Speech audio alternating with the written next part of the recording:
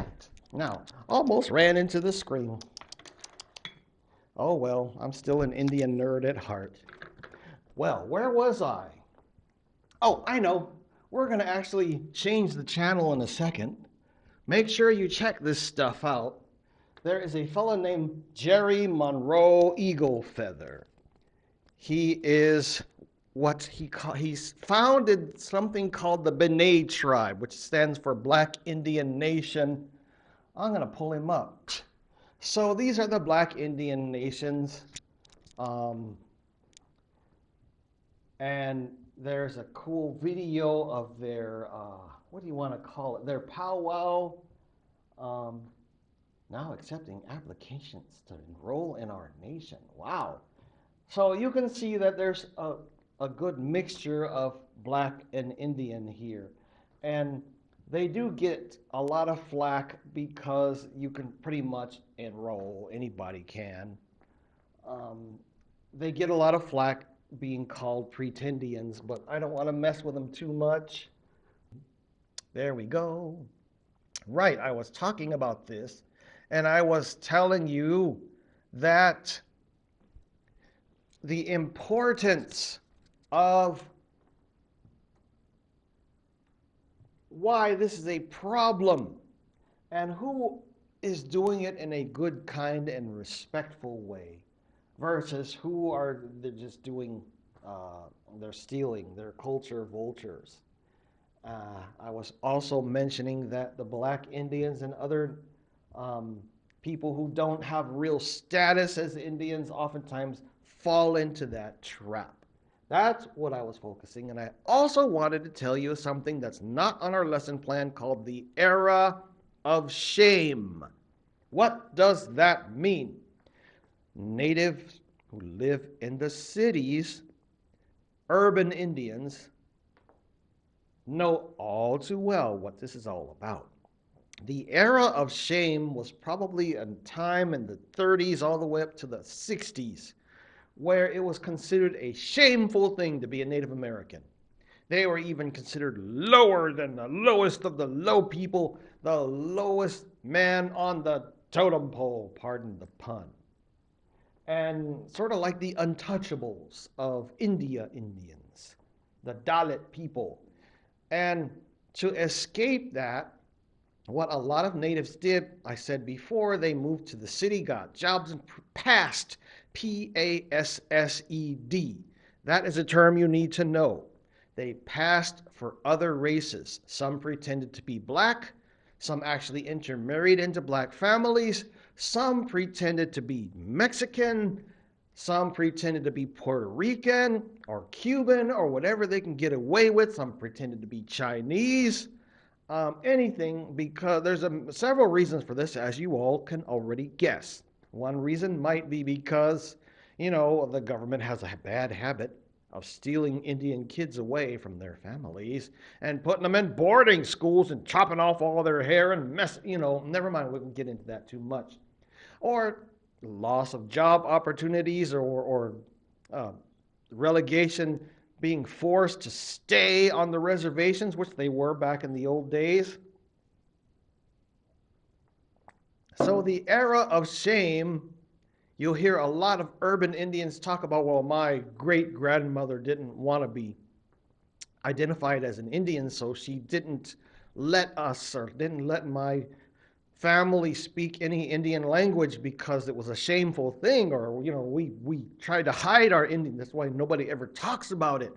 That's from the era of shame. Keep that in mind. The era of shame, that's a term, and the other term is passing, and racial passing for another race. Now, we're going to change the channel because that's enough of that. And I probably already talked way too long. I'm going to share a story. It's not a real story. It's more of a description of something called, I just got out of my Dakota language class and I asked the teacher, Mr. Red Eagle, I said, do you guys, Dakota, have stories about the Wendigo, or sometimes we're called Wendigo or Wintico? But in Canada, they call them Witiko. Let me show you what I'm talking about. Because I'm just going to stand up here and spin my wheels and flap my gums and mess it up. I got to show you a picture. Well, there it says here, saving these short discussions, these for the short discussion of the Wendigo. What is a Wendigo? The reason also I'm bringing this up because it shows up in the literature in our books, which we're going to talk about in a second. Wendigo are these monsters, these monstrous beings. And if you were ever in the forest, because it's a story that's primarily shared among the Algonquian peoples. Anybody who speaks Algonquian languages, they know about the Wendigos. You'd be in the forest, and if you hear the Wendigo, and you knew to run or hide or something. It was a huge, monstrous, humanoid creature. I love this illustration. It looks like he's eating a beaver there. But it's this huge, monstrous creature that was usually covered in white fur, and it was skeletal looking. This is a more of a traditional Algonquin, and you can even see the Algonquin writing there. I forget what it's called. And there's the wigwams, because they didn't have teepees. They had wigwams. And they would come and they would harass the people, the native peoples. Well, what the heck, where do these Wendigo come from? Let me pull this up off my lesson plan. No, I'm not going to pull it up off my lesson plan. I'm just going to read what I have here. Well, you see, where do they come from? A Wendigo, or Wendigo. It says here they are tall, gaunt, hairy, and covered with white fur and icy. Sometimes they're depicted as having horns and a deer skull head, but they're always depicted as being super skeletal and ravenous, never satisfied. They're always hungry. Sort of like if you imagine a zombie, a flesh-eating zombie, but native style. So sometimes they're depicted with antlers and deer head, deer skulls, and other times they're depicted as looking more like white Sasquatches or like Slender Man or something. But they're usually, like I said before, always hungry for human flesh and very skeletal, emaciated. But the question is, where do they come from? The origins are often unknown, but it has been speculated that illness might have caused it, some kind of event, some catastrophic event that caused, because they started off as human beings, is what I'm trying to get at. These Wendigos were human at one time, but something terrible happened to them. Some event, or they were possessed by a demon, or an evil spirit, we can say. And suddenly these regular human beings got the taste for human flesh.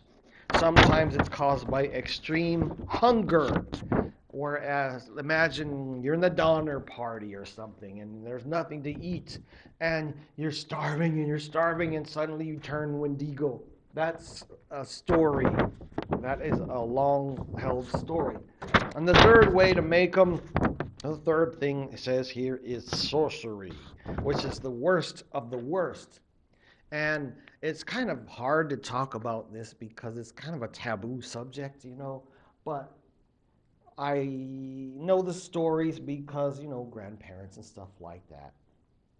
And there's a line of Wendigo killers and Wendigo hunters, but I don't want to talk about it too much. But one of the sorcery stories is where they would take a baby, and I apologize for this. They would take a baby, knock a hole in the baby's head, suck out all the innards up there, and put in evil medicine, and that baby would grow into this huge Wendigo monster. Now, there were some, like I mentioned before, some specific people who were trained to hunt and kill Wendigo. I believe this guy's name is Fletcher or Fisher. I forgot, and that's his son there.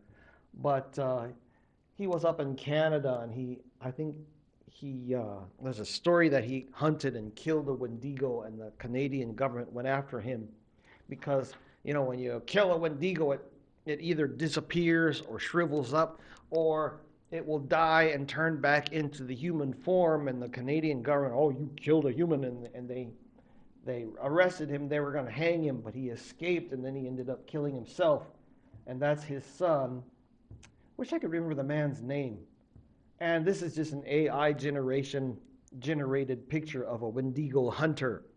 So they're special people who are trained to hunt Wendigos. Says the enemies of Wendigos are, of course, the hunters.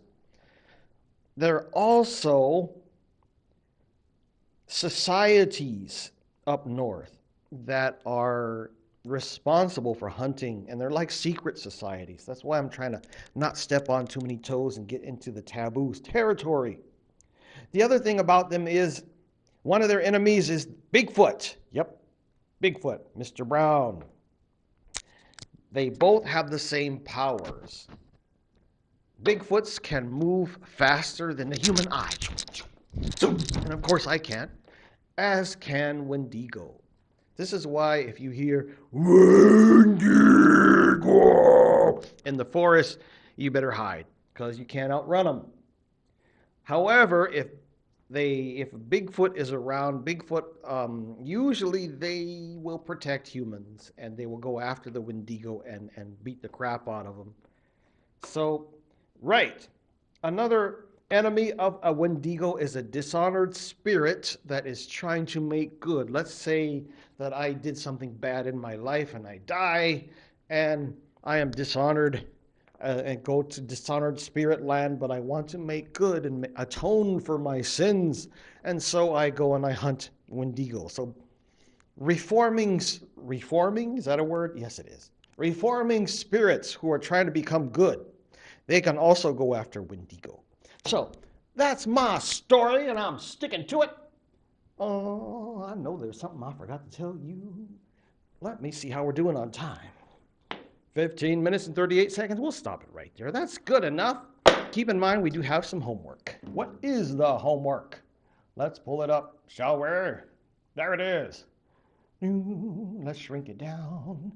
Homework is, if you have not done Pop Quiz C, jump on it.